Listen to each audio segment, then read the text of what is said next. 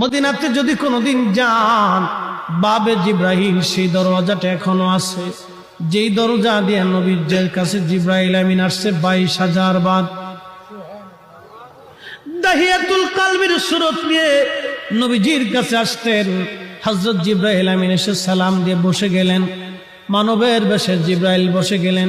ইয়া রাসূলুল্লাহ, আল্লাহ পাঠিয়ে দিয়েছেন, আল্লাহ সবই জানেন, ভিতরে বাহিরে প্রকাশ্য অপ্রকাশ্য আগে পরে, আপনার অন্তর ভিতর বাহির সব আল্লাহ জানেন। তারপরও আল্লাহ আমাকে পাঠিয়েছেন আপনার কুশল জানার জন্য। হুজুর গো, আপনি কেমন আছেন দয়া করে বলবেন দি। আল্লাহ নবী ডাক দিলেন, জিব্রাইল হে, আমি অসুস্থ আছি, আমার কাছে ভালো লাগে না। আল্লাহর জিব্রাইল চলে গেলেন। পরের দিন আবার এসে সালাম দিলেন, জিজ্ঞেস করলেন, ইয়া রাসূলুল্লাহ আপনি কেমন আছেন? জিব্রাইলকে নবীজি বলেন, জিব্রাইল রে, আমি তেমন ভালো নাই, শরীর অসুস্থ, আমার ভালো লাগে না, অসুস্থতা আরো বেড়ে গেছে। তৃতীয় দিন জিব্রাইল আমিন আবার আসছে, হুজুর আপনি কেমন আছেন?